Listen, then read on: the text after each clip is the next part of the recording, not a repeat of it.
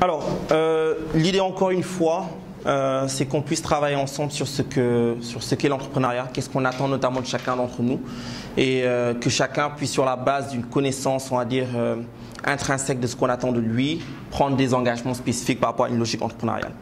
Alors, on remercie effectivement Tagat donc, qui nous a fourni le matériel. Et donc c'est notamment dans le cadre de la logique de l'incubation avec Subdeco qu'on va notamment faire cet atelier sur la logique entrepreneuriale et surtout comment démarrer. Alors toute la question d'aujourd'hui c'est comment est-ce qu'on démarre notamment une logique entrepreneuriale. Je crois que l'un des premiers éléments sur lesquels on va travailler c'est de parler notamment des mythes de l'entrepreneuriat. Il y a un certain nombre de mythes qui je pense gangrènent les logiques entrepreneuriales dans les incubateurs mais aussi dans les écoles en général.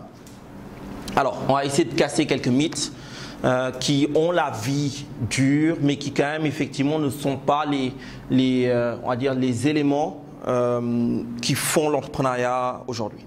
Alors, le mythe 1, c'est que notamment une logique entrepreneuriale s'appuie sur une idée révolutionnaire. J'insiste dessus. Une entreprise ne vaut pas de par son idée. La valeur de l'entreprise ne se mesure pas par l'idée.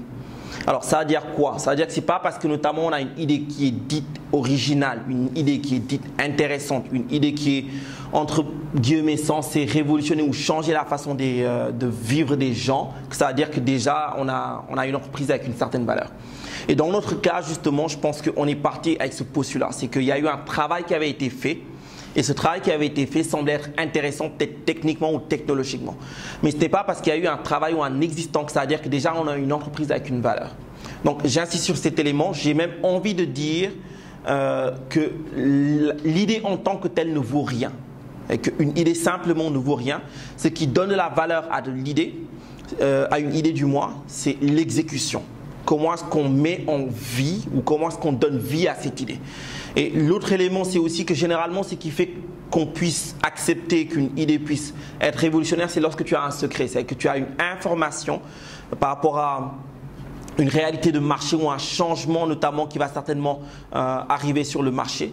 Et ce changement justement, on va dire, vu que tu as une vision particulière de ce que ça va faire, bah, tu as un avantage particulier. Par exemple, je suis Steve Jobs, je sais effectivement que les ordinateurs personnels vont exploser et que dans l'avenir, tout le monde va être appelé à avoir un ordinateur. Généralement, c'est un secret que même si tu le dis à tout le monde, bah, tout le monde ne te croirait pas. Donc, c'est dans des situations de ce genre que peut-être on peut dire, ok, l'idée est révolutionnaire, mais l'idée en tant que telle ne vaut rien sans l'exécution qui va de pair. Donc, encore une fois, il ne faut surtout pas qu'on dorme sur nos lauriers en partant du postulat qu'on a une idée et que l'idée à elle seule vaut quelque chose. Ça, c'est le premier mythe. Alors, le deuxième mythe, c'est l'expertise en planification stratégique. Généralement, on voit les entrepreneurs comme des spécialistes, notamment de la planification stratégique. Et un des documents qu'on leur demande en premier, c'est la rédaction du business plan. Monter une start-up et développer sa start-up et avoir un business plan ne sont pas deux choses effectivement qui sont directement corrélées. Il y en a qui ont monté des start-up et qui ont réussi sans business plan. Il y en a qui ont monté des start-up et réussi avec un business plan. Mais ce qui est certain, c'est que toute planification effectuée sera fausse. Alors, qu'est-ce qu'on entend par toute planification effectuée sera fausse? C'est que quel que soit ton aptitude ou on va dire, le degré de véracité des informations que tu peux avoir à un instant T pour pouvoir dire ok, j'ai fait une excellente étude de marché, les informations collectées sont vraiment de qualité, etc. Je peux avec certitude dire que dans 5 ans, on sera là. C'est faux, c'est pas possible effectivement d'être dans des degrés d'exactitude de ce type. Donc en somme, le business plan ne garantit pas, on va dire, la réussite d'une activité. Et j'insiste sur ce point par rapport à notre groupe parce que je sais que la rédaction du business plan était peut-être un des trucs sur lesquels on devait travailler. Mais ça ne veut pas dire que ça doit être le truc sur lequel tout le monde doit être focus et surtout le truc qui doit nous obséder. Le business plan, ce n'est rien d'autre qu'un fil d'Ariane. C'est un document qui est fait pour les associés afin de leur permettre notamment eux-mêmes de savoir d'où ils viennent, où ils en sont aujourd'hui par rapport à où ils veulent aller. Mais c'est quasi certain que toutes les informations que tu mets dans ton business plan vont devoir changer. C'est quelque chose qui vit. Un business plan, il n'est pas statique, il est dynamique. Le business plan doit vivre et évoluer avec l'entreprise. D'accord? Et donc, quand notamment je parlais de ces logiques d'action, ok, où est-ce qu'on en est avec le recrutement de taxis en tant que tel, où est-ce qu'on en est en termes de discussion avec les taxis, c'était pour dire que dans le concret, si on ne fait pas de choses, on va dire concrètes, le business plan, quel que soit ce qu'on a écrit dessus, il ne sert à rien. Donc, être un entrepreneur, ce n'est pas développer une expertise dans la planification stratégique parce que ce n'est pas l'élément de différenciation, la planification stratégique. D'ailleurs, c'est quasi certain que tout ce que tu sais aujourd'hui peut être faux demain, mais que tu dois être notamment dans cette aptitude à pouvoir effectivement t'adapter entre guillemets pour avancer avec la startup. Le troisième mythe, le goût du risque. Alors, j'en parle particulièrement dans notre groupe parce que je sais que venir travailler notamment avec les autres, c'est risquer quelque chose mine de rien. C'est du temps. C'est de l'argent, ne serait-ce que de par les petites dépenses qu'on fait pour manger, pour se déplacer, etc. Et c'est aussi une prise de risque. Vous pourriez vous dire, ok, j'aurais pu être en train de faire un stage au lieu d'être là en train de travailler sur quelque chose qui ne semble pas en tout cas être porteur pour le moment. Mais ce qu'il faut savoir, c'est que justement, certes, entreprendre rime avec prendre des risques, mais ça ne va pas pour autant dire qu'on prend des risques inconsidérés. À un moment, on a évoqué la possibilité notamment que chacun puisse mettre quelque chose. Mais c'est nécessaire qu'on mette quelque chose. Quand notamment on cherche à monter une start-up et qu'on veut notamment convaincre d'autres personnes de nous accompagner dans la mise sur pied de cette start-up, il faut que nous-mêmes on montre qu'on est prêt à mettre quelque chose. Et mettre quelque chose, ça ne va pas dire qu'on le fait de façon, on va dire de façon inconsciente. Ça va dire effectivement qu'on mesure les risques qu'on prend. Et je pense que par rapport aux éléments qu'on a évoqués en termes d'investissement, il n'y a rien d'extraordinaire. Mais ça, c'est le point de départ. Et que le goût du risque, c'est aussi prendre conscience du fait que on doit se préparer à faire 1 an de travail et peut-être aboutir à rien du tout. Mais on l'accepte. Mais ça ne va pas pour autant dire effectivement que on va aussi sacrifier nos études, on va sacrifier. L'optique, ce n'est pas ça. L'optique, ce n'est pas de dire ok, on va sacrifier nos études ou nous mettre dans des situations délicates. Mais c'est vraiment de mesurer notamment ce qu'on fait par rapport à ce qu'on peut en tirer. D'accord? J'insiste encore sur un fait. L'aptitude à pouvoir faire des choses dans une logique entrepreneuriale, ça se valorise en entreprise. Si vous faites effectivement 3 mois dans une logique entrepreneuriale où vous avez essayé de monter un business, ce que vous avez appris pendant ces 3 mois est, je suis certain, beaucoup plus valorisé que ce que vous auriez fait en stage. D'accord? Donc vraiment, j'insiste sur cet élément. Donc le goût du risque, c'est notamment pour spécifier qu'il faut certainement prendre des risques, mais ça ne va pas dire effectivement qu'il faut prendre des risques démesurés ou encore des risques inconscients. On les mesure, ces risques. Le 4e mythe, c'est que notamment l'entrepreneur est un self-made man ou encore un super-héros solitaire. On ne peut pas créer une entreprise et la développer en étant seul. Développer une entreprise, c'est dans un premier temps savoir s'entourer. Même si notamment on est seul associé, si on ne s'entoure pas convenablement, c'est quasi certain qu'on n'ira nulle part. Si notamment on pense qu'il faut qu'on fasse tout seul, on n'ira nulle part. Si effectivement on se croit pour un super-héros ou encore qu'on croit qu'on va tout faire tout seul, ça ne marchera pas. Et c'est pour ça que notamment l'esprit d'équipe va être un élément crucial et déterminant dans la réussite d'une start-up. Maintenant, après, on se posera des questions sur le degré, on va dire, de symbiose qui existe dans l'équipe. Est-ce qu'on a un esprit d'équipe? Est-ce qu'effectivement les gens sont engagés? Et donc, ce n'est pas une personne, c'est plusieurs entrepreneurs qui sont conscients effectivement de ce qu'ils sont prêts à donner et qui sont prêts effectivement à se soutenir les uns les autres par rapport à des situations qui vont être difficiles de jour en jour. D'accord? Donc, encore une fois, l'aventure entrepreneuriale ne saurait être une aventure solitaire. D'accord? Même si on est seul associé, ça ne va pas pour autant dire effectivement qu'on va réussir tout seul. Réussir tout seul, ça n'existe pas. Donc il faut effectivement savoir s'entourer, il faut savoir demander de l'aide et savoir aussi effectivement s'entraider dans le cadre de la construction d'une équipe comme c'est le cas pour nous. Alors, un autre des mythes, il faut beaucoup d'argent pour entreprendre. Ça aussi, c'est un des éléments justement qui à des moments a été, on va dire, une question qui s'est posée. Ok, il nous faut de l'argent. C'est vrai, je suis totalement d'accord. Pour développer une entreprise, il faut de l'argent. Mais on n'est pas à un stade où justement on peut demander de l'argent. Si on n'est pas en mesure de prouver qu'il y a un potentiel avec l'idée ou avec effectivement la startup qu'on peut mettre sur pied, bah c'est certain qu'il ne faut pas qu'on s'attende à recevoir de l'argent ou en tout cas à pouvoir développer quoi que ce soit en matière financière. Alors qu'est-ce que j'entends par là? Même si c'est avec 50 000, même si c'est avec 200 000, même si c'est avec rien du tout, tu dois pouvoir montrer qu'il y a un potentiel. Si par exemple, dans le cadre notamment du projet sur lequel vous travaillez, s'il y a 50 taximens qui vous disent « Ok, nous on est partant, on vous suit, on est engagé, d'ailleurs on signe ce que vous voulez pour vous dire qu'on est engagé » et qu'il y a 150 personnes qui sont aussi abonnées qui vous disent « Nous, on promet que si votre truc il démarre, nous, on s'engage. » Vous avez prouvé quelque chose. Il y a de la valeur qui est déjà là. Et ça, vous pouvez le faire avec 0 franc. Vous pouvez le faire à la sueur de votre front. Vous pouvez le faire en faisant du porte-à-porte, en vous-même, en allant démarcher effectivement les gens dans ce sens. Donc, j'insiste vraiment sur cet élément. Je sais qu'à un moment, on avait posé cette question, la question de « Ok, il nous faut de l'argent pour démarrer parce qu'il y a des dépenses, etc. etc. » Mais déjà, pour qu'on puisse engager des gens à pouvoir mettre de l'argent, bah, faut effectivement qu'on puisse déjà prouver qu'il y a du potentiel. Et ça, c'est un problème qu'on a actuellement. On n'arrive pas à prouver qu'il y a du potentiel avec l'idée. D'accord ? Le mythe 6, il faut avoir fait des études de management pour réussir. Ce n'est pas vrai.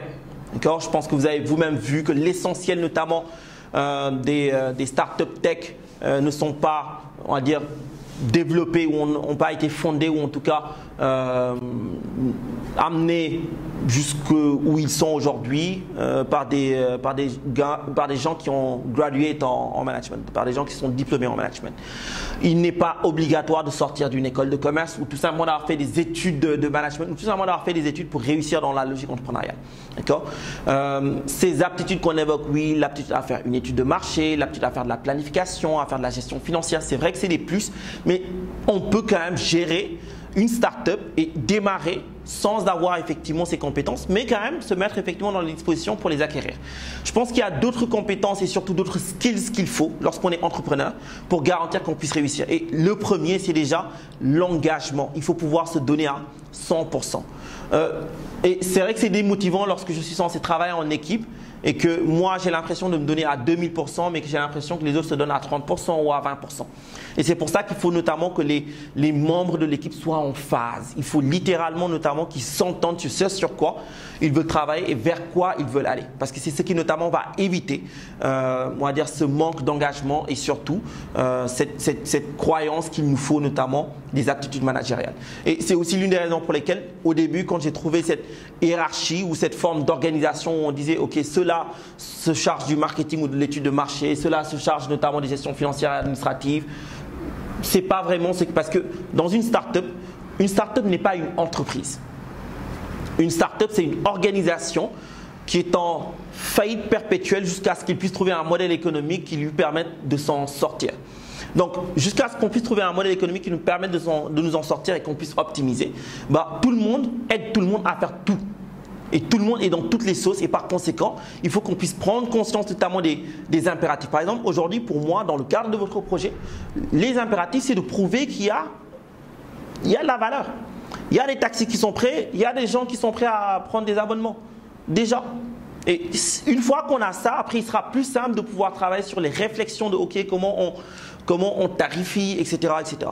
Mais déjà, si vous pitchez, notamment les gens, même sans leur spécifier forcément les prix exacts, mais en leur donnant notamment des fourchettes, parce que là, je crois que vous êtes à une étape où vous avez une idée des fourchettes sur lesquelles vous pouvez tomber, mais au moins les pitcher par rapport à l'idée et que notamment ils vous disent ok, si ça se passe comme ça, bah, on est partant et que vous prouviez qu'il y a notamment déjà un début de valeur, qu'il y a notamment un début d'engouement par rapport au projet. D'accord ? Donc les aptitudes managériales.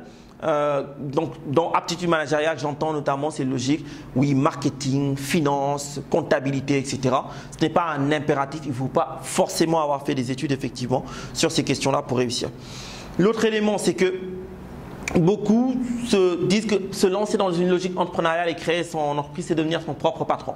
Ce qui est totalement faux dans le fond parce que si tu as des investisseurs qui rejoignent ton entreprise, bah, tu perds de ton pouvoir, entre guillemets. C'est que tu vas devoir, tu as des patrons, tu as des gens qui vont te dire oui, on voudrait que tu fasses ça, ou on voudrait que tu ailles dans tel sens. Et tu seras quelque part obligé parce qu'ils ont mis leur argent et le board, ils vont prendre des parts, ils vont avoir leur mot à dire. Même si tu n'as pas notamment d'investisseurs, ne serait-ce que les clients sont tes patrons. N'importe quel client que tu as est ton patron. Il te dit ce qu'il veut et tu dois faire ce que tu veux, ce qu'il veut que tu fasses. Donc devenir un patron n'est pas vraiment la raison par essence qui devrait effectivement motiver les gens qui sont intéressés par l'entrepreneuriat. Devenir multimilliardaire. Alors c'est vrai, mine de rien, je pense que voilà, il y a peut-être un intérêt ou en tout cas pécuniaire qui n'est pas négligeable quand on monte une entreprise et qu'on fait de l'argent. Et ça, peut-être qu'il faut même l'assumer. Bon, surtout si c'est vraiment ce qu'on veut.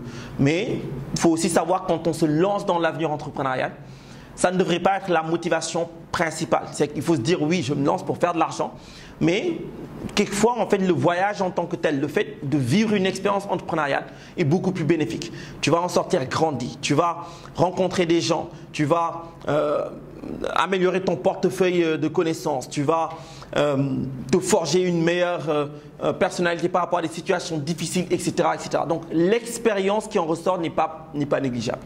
Et en vérité, les statistiques montrent que le taux de réussite par rapport effectivement à tous ceux qui se lancent dans l'entrepreneuriat est si faible que devenir multimilliardaire ou devenir tout simplement riche ou tout simplement devenir millionnaire en étant entrepreneur, en fondant une start-up n'est pas la chose la plus évidente.